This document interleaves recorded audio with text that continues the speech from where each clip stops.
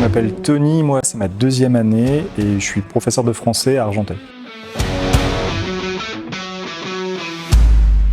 J'avais candidaté au choix de l'école pour Histoire Géo dans un premier temps parce que je suis passionné d'histoire et au final je suis parti sur la matière lettres modernes, donc français. L'année dernière j'avais des 4e et des 5e et cette année j'ai des 6e et des 5e.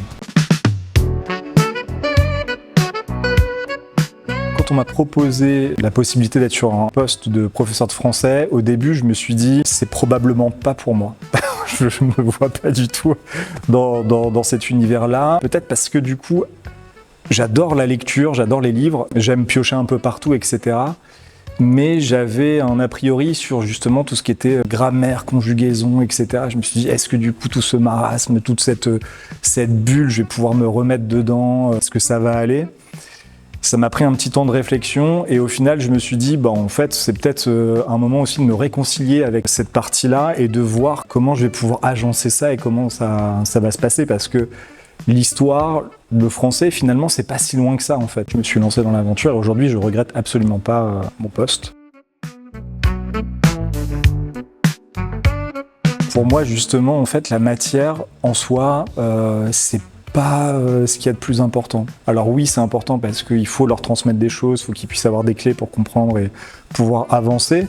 Mais la matière en soi, pour moi, c'est pas la chose la plus importante. C'est vraiment le contact avec les élèves, pouvoir leur apporter des choses et pouvoir construire ensemble. C'est plutôt ça qui m'importe.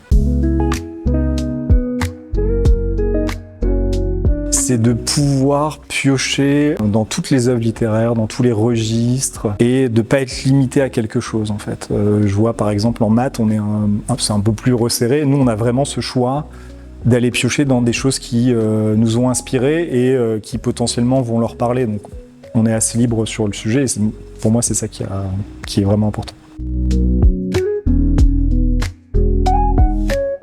Je me permets de faire des choses qui sont en histoire. De les prendre chez moi, de les réadapter pour que ça corresponde justement aux attendus du français. Mais souvent, je vais aller piocher des tableaux, des représentations, des gravures, et ça me permet de parler d'histoire en français. Par exemple, avec mes 5e, on a étudié un texte sur le registre épique, sur la scène de la guerre de Troie, le combat entre Achille et Hector.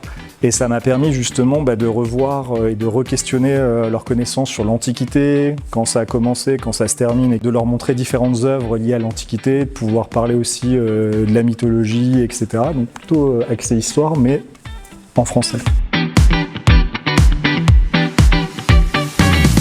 Le conseil que je pourrais donner, c'est de bien réfléchir et de se dire que si on n'a pas son premier choix, c'est pas grave en soi en fait. Ça nous permet aussi de voir qu'on a énormément de connaissances et que ces connaissances-là, on va pouvoir les apporter différemment. C'est pas grave si on n'a pas le premier choix. Le deuxième, c'est pas un choix par défaut, bien au contraire. Ça peut nous ouvrir plein de perspectives et c'est ça qui est le plus important.